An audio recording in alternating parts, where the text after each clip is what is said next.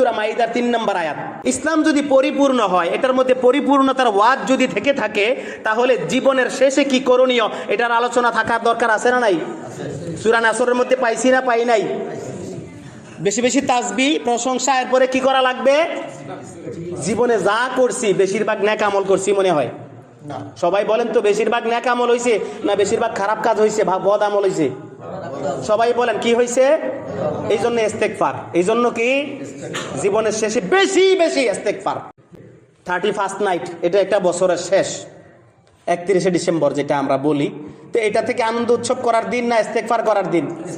বছর যে একটা কেটে গেল, এটা কিভাবে কাটলো? আল্লাহ যে হায়াত দিয়েছিলেন, এটার অধিকাংশ সময় কি ভালো কাজ করছি না খারাপ কাজ হয়েছে আমাদের দ্বারা? এই জন্য কি অনুশোচনা দরকার আছে না নাই? যদি কেউ ব্যবসা করে থাকে জীবনে, উপার্জনকালে, বয়সকালে মানুষ একটা উপার্জন করে, কেউ যদি লোকসান হয়ে থাকে এই বছরটায়, লোকসানে গেছে, তার মনটা খারাপ থাকে না ভালো থাকে? আর যদি বেশিরভাগ মুসলমান হিসেবে, মুসলমান ইমানদার হিসেবে বেশিরভাগ বদ আমল হয়, নেক আমল কম হয়, তাইলে অনুশোচনা থাকার দরকার আছে না নাই?